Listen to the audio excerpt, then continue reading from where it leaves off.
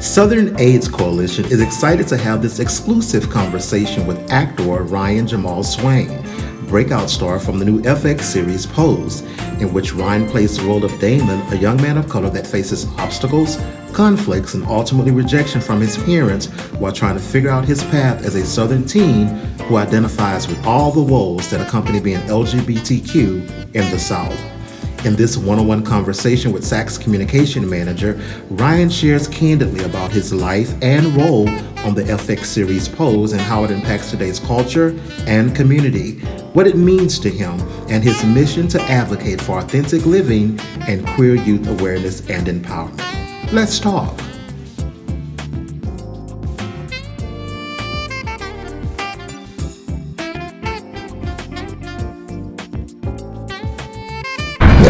Speaking of humbling, I think it's quite amazing that you graduated from high school here in Birmingham and you can be anywhere doing this workshop in this class. And I've had an opportunity to stand in on your class and you got it.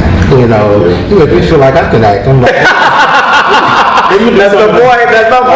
Let me do some exercises. And so, what does community mean to you? The fact that you're back here in your community where you can be anywhere, doing this anywhere, and probably in Coliseums maybe. So what is community, and not just the Birmingham community, but what Pose is bringing to the LGBTQ community, the education and awareness, that shows us so much. So what does all of that with culture community mean to you? Well, I mean, culture and community, I guess, are synonymous with what it is to live life. You know, like I think that so much of the fabric of what we are doing, who we are as people, especially as people of color, has so much to do with fictive kinship, right? Like we feel this space where we are all connected some way. We don't know how. Like when we watch somebody, you know, getting gunned down by a policeman, we feel, oh, that's my brother. Oh, I can't believe, you know, we feel this like this impassioned moment, and that's all spirit. Like that's all kind of from a space that we don't know that person normally, but we know that we're connected in some way. And so knowing that naturally just helps me navigate this space of what is my purpose? I'm here to serve. Like that's, I've always felt that way. And everything that I've done, everything that I will continue to do, the work that I'm doing on and off the screen, it's all about service because that makes me happy. There's this beautiful quote by Anna Devere Smith that says, we're all in search of those three moments where we're trying to be reminded where our hearts first opened up.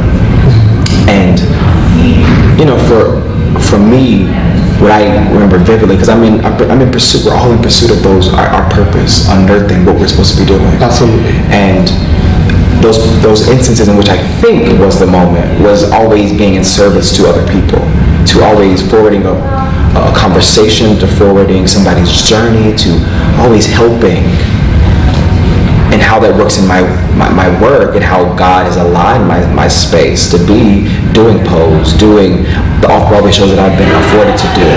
Like, they've always been about social change. Something about like being on the front line of social change, going to Howard University. Yeah. Like I have been, the universe and baby Jesus has been like cultivating me to step into this place for a very long time. So community and culture and what Pose is doing is allowing people that were voided of love in that space have a platform and have people be experiencing these black and brown human beings in such a space where they are deserving and they're getting love. Yeah, you know, talking about the calling and the purpose of it all, because it's like you step outside of the camera and you come through our television and you just get us. Like you just come pull us right on in there with you. That's the beautiful thing about TV, right? Like we are literally inside of your living room. No, in your room. No, Bobby, I think who's on set will agree. You're not in our living room. We in the room on the floor. Hello, you and with you and Bobby. And so, how much of you? Because some people act, some people it's a job, but you said something very like, this is a calling, this is my purpose, the universe has aligned this.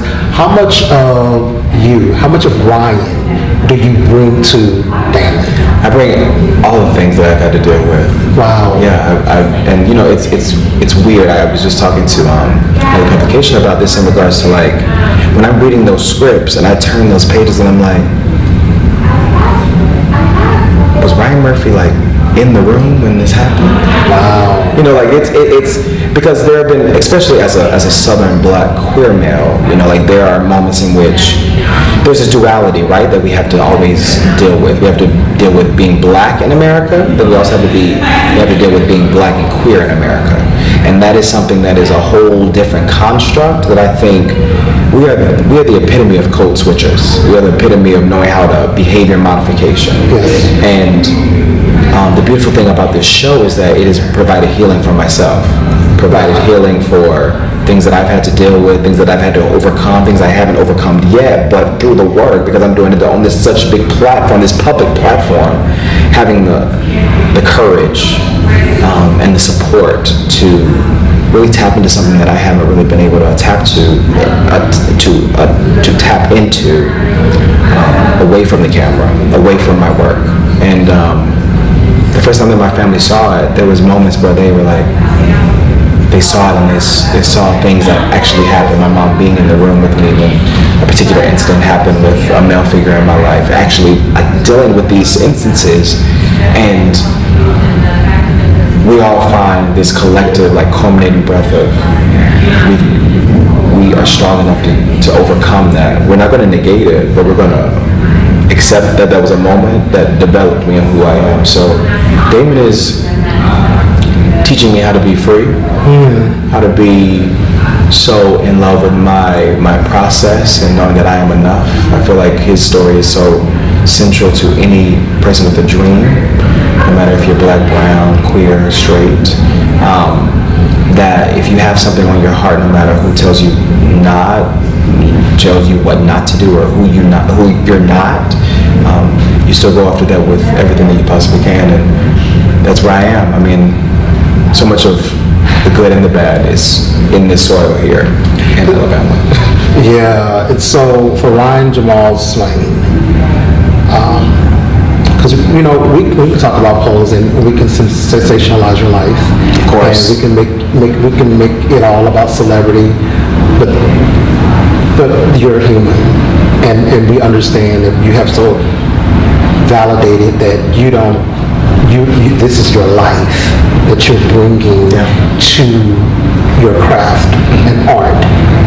So what's your message? What do you want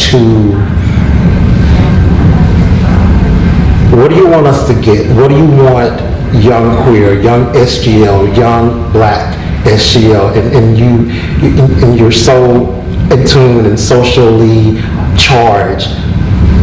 What does Ryan Jamaal Swain, what does he want? What is his platform? What is his message? My message is living your truth unapologetically, having someone and something, and being able to look in the mirror and say, I see me. You know, I love me. I love who I am. I love who I'm becoming. I am. Like, I want to be able to help someone forward that statement. I am. You know, because that is the genesis of everything. I am so and so. I am a conqueror. I'm a visionary. I am Ryan. That is the moment in which you decide to identify and label yourself as who you are and become who you are. And nothing means more to me than just building community and building a legacy that will outlive me and just support everyone that I care about. And then in that extension, those branches just go out into the universe that I was here and I lived. I was here and I did my purpose to be in service to humanity, to just have somebody be like, I see you. Like, I see you. I think that's what so many people need. We're all searching for somebody and something to say, I see you. So does the does the camera do that for you? Or can the camera, because it's so real to us. Everything that you all and your cast and ensemble, everything that you all bring is so real to somebody that's watching it. We have these conversations, and you know, and earlier you said, I see me and I am, and that someone else can see, and that's what you want. And so, and all of that, when we get to the bottom line, when we get to the end of the day, and Ryan stands up in his truth and in his fullness and in his knowing and in his fullness, do you show up with that to give us the power that we're given, or are you processing through that? And I know that's a vulnerable question. That is a vulnerable question. No, but it's not. I don't mind that. Like I think when we go to these places, what people are seeing on the show, there's a lot that we're packaging. There's a lot of moments that we have to. There was a beautiful story about Cicely Tyson on The Help, where she had a really, really big, like very sensitive, very like private moment that was happening on set, and she told the production assistant, I need to be by myself for the entire day. I don't need any of the producers coming up to me. I don't need anybody, the directors. I just don't need anybody to do that. I need to be in my center, my sanctuary for that moment, because I know I have to do something that I haven't necessarily accomplished. Wow. You know, and that, when I heard that, the moments in the show that really, really speak to Damien's truth, with 200 people in the room with you, filming and recording, you have to go to this very, very vulnerable place, in this very vulnerable position. It can be a bit scary. I don't think I ever come to set with full, complete vulnerability. Wow. And if I do, then everything, like, you know, the camera's moving, people's, you know, talking about what they had for dinner last night, all of that things I'm absorbing, right? When I need to be in that space to give and to be open to do that. Yes. So sometimes the moments, we don't even figure them out until that thing says good old action and good cut. Well, it has been good action. Congratulations. Thank you. On season 2. Congratulations on season 2. And so, I'm so happy, y'all. I'm so happy. So we know that post season 2, man, what's next for you? Like, did you even imagine this? Like, how does this all happen? And so before we go, we just want to know, like, what's, you know, I mean, you're doing acting classes, but like, can you even imagine, like you're the deal, like you got next? Do you feel that? No, I don't actually. I'm using this platform to really just be a vessel to the experience that is being a Black youth in America, and the umbrella that unpackages, like being queer and Black, being, you know, from the South, being that. I'm writing a book right now about a teen fiction book about like this young Black man, and this Southern Black man having to deal with the highs and lows, the complexities of growing up, this coming to age story. Yeah. That's the duality of being Black in America and also being Black and queer in America. Wow. I don't think we say the word queer anymore. We always go to gay, lesbian, trans, etc. Yeah. But I think queer has this beautiful like tone to it, in the sense that it's anything that is unique and anything that is the other. And, you know, I want that, you know, like, I think we have to be mindful, especially in a space and place in which we're trying to segregate and people are trying to negate people how they identify, their identities. So there's an exploration of possibly the character not being named until the end. So we don't put a name, we don't put a stamp on who these people are, because the experience is universal. Yeah. You know? Yeah. And so that's a part of it. That ain't trademarked yet, y'all. And then also I'm gearing up with It Gets Better, which is a LGBTQ bullying online organization that was founded by these two men that they saw a void and they filled it, as A.G. Gaston says.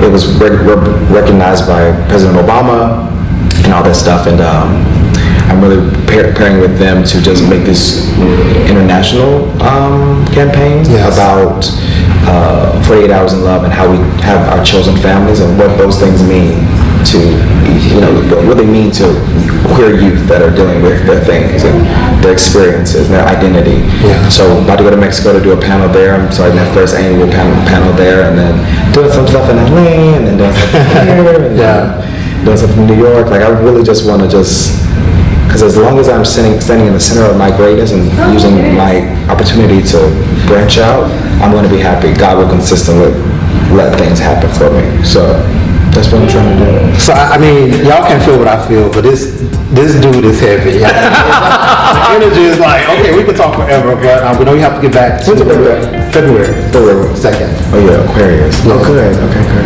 Yeah. So you feel something? You feel that? That's communication. You good. You're giving a question. That's a communication sign. So Ryan Jamaal Swain, we see you. We see you. Beyond the lens, beyond on Sundays, you are in the break rooms. You are on the plane with a black 45-year-old big guy and a Caucasian couple, Dina and Will, and we're all taking pictures and we're all excited about Damon and Jamaal, Ryan Jamaal Swain, and Pulse. So we see you, and thank you so much for your vulnerability and giving us everything we need to become our own. So thank you so much, and that's really from the heart. Thank you. Thank you. Thank you. Come on, Bobby, get a picture, because Bobby watches the show and